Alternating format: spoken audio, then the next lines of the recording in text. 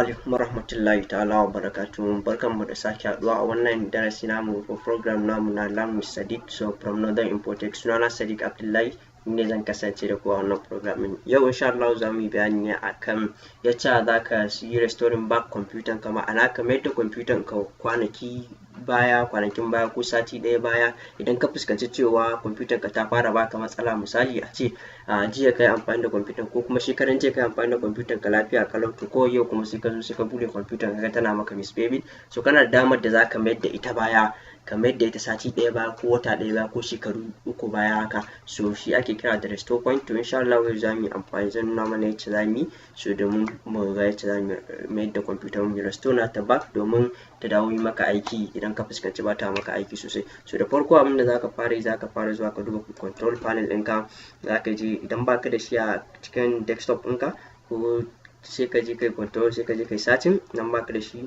sai ka je kai searching ka rubuta control panel.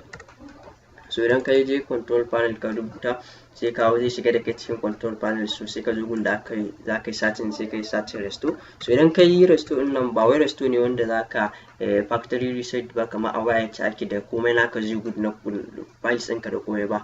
Wannan kawai restore back ne wanda za ka yi restore point ne, za ka mai da computer baya, ba abin da zai gudu a ciki. Sai dai ma wasu in ta fuskanta akwai abubuwan da ka sa a bayan wanda da of no need za ka yi. So yanzu idan ka zo restore, za ka zo inda aka rubuta create a restore point, za ka yi clicking. So idan ka yi clicking create a restore point, za ka shiga, so zai kawo ma haka. So idan ya buɗo ma nan gun, za ka ga inda aka rubuta system restore. You can undo system changes by reverting your computer to your previous restore point. Kun ga suna gaya maka cewa za ka yi dawo da computer ka stage in baya da take. So a nan sai ka duba inda aka sa protection on da off, local disk ɗinka ga wanda window yake kai C, ga kuma local disk D. Idan muka buɗe local disk na computer mu za mu gan su guda biyu, ga C ga D. So a wannan window ɗin mu yake. So za mu je restore point ɗin yanzu wanda za mu yi, sai mu koma sai mu zaɓi wanne muke so. To mostly dama akan wanda window ka yake shine wanda kowane abubuwa suke wakana akan computer ka. So kun ga a C gashi na alamar indicating system. So sai mu danna restore.